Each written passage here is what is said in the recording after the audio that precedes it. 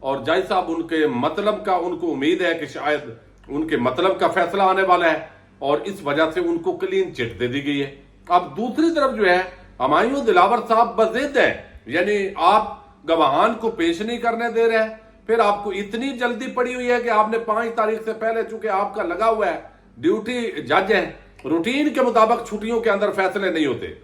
Trial نہیں ہوتے، اس کے اندر ایمرجنسی معاملات عدالتیں ڈیل کرتی ہیں، لیکن عمران خان کے کیس کو اسپیشل ڈیل کیا جا رہا ہے، نہ ضمانت کا معاملہ ہے اور نہ یہ جو ہے وہ کوئی اسٹے کا معاملہ ہے، بلکہ اس کو اسپیشل جو ہے وہ ایسے لگ رہا ہے کہ جج صاحب جلدی میں ہے۔ اور دوسری طرف اسلام آباد ہائی کورٹ کے اندر جو درخواست دائر کی گئی تھی، 8 درخواستیں ہیں ٹوٹل، اور اس کے اندر ایک درخواست یہ ہے کہ یہ جو جج صاحب ہے یہ جانبدار ہے، لہذا آپ جو ہے یہ کسی اور جج کو منتقل کر دیں کیس۔ ایک یہ ہے کہ جناب یہ اختیار سماعت ہی اس عدالت کو نہیں ہے، پھر جو جج صاحب کی ایک جانبداری ہے ظاہر ہے اس پر سوال ہے، اور پھر اسلام آباد کے ہائی کورٹ کے جو چیف جسٹس صاحب ہیں ان پر بھی اعتراض ہے، ظاہر ہے وہ بھی ایک ایسے لگتا ہے کہ جس طریقے سے مسلسل عمران خان کے خلاف فیصلے آ رہے ہیں اور ان کی لیگل ٹیم کو کوئی بھی ریلیف اطہر من اللہ صاحب کے بعد موجودہ چیف جسٹس صاحب کی موجودگی میں نہیں ملا،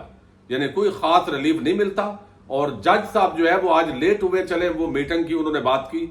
لیکن عارضی طور پر وہ کہتے ہیں رکھ دیں دیکھتے ہیں۔ سب سے بڑی بات یہ ہے کہ جس طرح عدالت کی کریڈیبلٹی موجودہ اسلام آباد ہائی کورٹ کے چیف جسٹس صاحب نے خراب کی ہے، کہ جس طرح عدالت پر حملہ آور ہو کر سابق وزیر اعظم عمران خان کو گرفتار کیا گیا، کوئی ایکشن ان اہلکاروں کے خلاف نہیں لیا گیا، کچھ بھی نہیں ہوا، اور ستو پی کے جیسے بندہ سو جاتا ہے اور جیسے کوئی مرضی کے مطابق کام ہوتا ہے، اس کو ایک بڑا روٹین میٹر لیا گیا ہے۔ تو اس سے اندازہ ہوتا ہے کہ پاکستان کے جو ہمارے طاقتور ادارے ہیں وہ اس وقت کس طرح جو عدالتیں ہیں ان پر ان کے جو اثرات ہیں وہ نظر آ رہے ہیں۔ دوسری طرف جو ہے وہ ایک اور یعنی اس وقت ایسے لگ رہا ہے کہ چیف جسٹس اسلام آباد ہائی کورٹ وہ کوئی ریلیف نہیں دیتے، کوئی سٹے نہیں دیتے، دوسری طرف جو ہے وہ ٹرائل کی جلدی ہے جج صاحب کو، وہ فائنل بحث کر کے فیصلہ کرنا چاہتے ہیں، فیصلے پر الزام ابھی سے لگنا شروع ہو گیا کہ کہیں سے لکھا ہوا ہے، ثبوت ظاہر ہے اس کا کسی کے پاس بھی نہیں ہے، لیکن جو جلد بازی ہے، پھرتیاں ہیں، ایک جج کی اتنی دلچسپی، یہ سب لوگ جو ہے یقیناً اس پر بڑے حیران ہیں۔ اب عمران خان صاحب نے ایک انٹرویو دیا ہے، اور یہ انٹرویو ممکنہ جو اگلے 48 گھنٹے ہیں، یعنی 24 سے 48 گھنٹے کے اندر عمران خان کے خلاف جو ہے وہ فیصلہ آ سکتا ہے۔ اسلام آباد ہائی کورٹ جو ہے انہوں نے قرار دیا ہے کہ بھئی کل ہم ان درخواستوں پر فیصلہ سنائیں گے 8:30 بجے۔ توشہ خانہ کے جو جج صاحب ہیں ہمایوں دلاور، انہوں نے اس کو فکس کر لیا ہے۔ اب اس پوری صورتحال کے اندر جب عمران خان کے خلاف متوقع جو فیصلہ ہے، آپ اندازہ کریں کہ یہ ثاقب بشیر صاحب ہیں، کورٹ رپورٹر ہیں، اب یہ کہتے ہیں کہ ایف آئی اے نے تو جج ہمایوں دلاور کو کلین چٹ دے دیا، لیکن میں نے خود ہمایوں دلاور کا فیس بک اکاؤنٹ دیکھا تھا جہاں عمران خان کے خلاف پوسٹ موجود تھی۔ یہ اب ان کا دعویٰ ہے، لیکن ایف آئی اے کو کچھ نہیں ملا بھائی، وہ چونکہ کلین چٹ دی گئی ہے۔ اب دوسری طرف جو ہے وہ عمران خان چونکہ نائل ہو سکتے ہیں، یہ توقع ہے، یہ قوی امکان ہے، اور سارا جو اس وقت سسٹم ہے وہ ان کے خلاف ہے، تو نائلی سے قبل اب یوں سمجھیے کہ بی بی سی کو انہوں نے ایک انٹرویو دیا ہے۔ 2-3 پوائنٹ اس کے اندر بڑے عام ہیں جہاں پر انہوں نے اسٹیبلشمنٹ پر شدید الزامات لگائے۔ انہوں نے ایک تو کہا کہ ملک میں اس وقت غیر اعلانیہ مارشل لا نافذ ہے، حکومت اکتوبر میں انتخابات کروانے سے بھاگ رہی ہے۔ پھر یہ ہارڈ ٹاک بڑا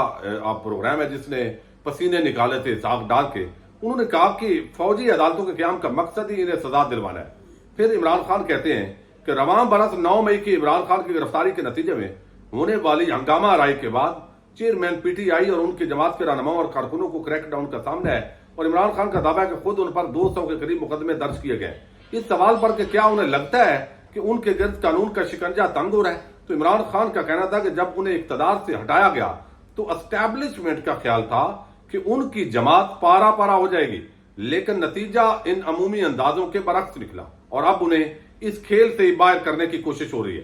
آپ کا ملک آپ کے الیکشن میں آنے کو افورڈ نہیں کر سکتا، یہ بی بی سی کے میزبان نے سوال کیا، تو ان مشکلات کا ایک ہی حل ہے، صاف اور شفاف الیکشن کروائے جائیں۔ یہ مجھے پاور سے باہر رکھنے کے لیے جمہوریت کو سبوتاج کرنا چاہتے ہیں۔ ہمارے دور میں کے پی کے میں دہشت گردی نہیں تھی، یہ حکومت غیر قانونی ہے، لوگوں کو حق ہے کہ وہ اپنی حکومت کا انتخاب کریں۔ اسٹیبلشمنٹ سمجھتی تھی کہ پارٹی ختم ہو جائے گی، اور عموماً اقتدار سے نکالے جانے کے بعد ایسا ہوتا بھی ہے، لیکن اس کے بالکل برعکس پارٹی کی مقبولیت میں پہلے سے بھی زیادہ اضافہ ہوا ہے، اور یہ پاکستان میں بہت غیر معمولی بات تھی۔ تو جب مجھے گیم سے نکالنے میں ناکام ہو گئے تو مجھ پر 2 بار قاتلانہ حملے کیے گئے، اور اس کے علاوہ اب تک میرے خلاف درج مقدمات کی تعداد 200 کے قریب ہو گئی ہے۔ یہ تمام کوششیں اسی لیے ہیں کہ یہ مجھے جیل میں ڈال سکے یا نااہل کروا سکے یا دونوں کام کر سکے۔ اب انہوں نے عمران خان صاحب نے مزید اسٹیبلشمنٹ پر جو ہے وہ جب سوال کیا گیا کہ کہا جاتا ہے کہ وہ 2018 میں فوج کی مدد سے آپ پر سر اقتدار آئے اور اپنی حکومت کے ابتدائی دور میں وہ فوج کے بہت قریب بھی رہے، تاہم جب فوج نے ان کی حمایت سے ہاتھ کھینچ لیا تو انہوں نے یہ کہنا شروع کر دیا کہ سیاست میں فوجی مداخلت نہیں ہو رہی۔ یہ سوال کیا گیا کہ آپ پر یہ الزام ہے۔ اب عمران خان نے کہا کہ ان کی جماعت وہ واحد سیاسی جماعت ہے جو فوجی آمروں نے نہیں بنایا، تاہم یہ درست ہے کہ 2018 میں فوج نے ان کی مخالفت نہیں کی۔ انہوں نے الزام لگایا کہ 2013 میں فوج نے نواز شریف کی پشت پناہی کی تھی اور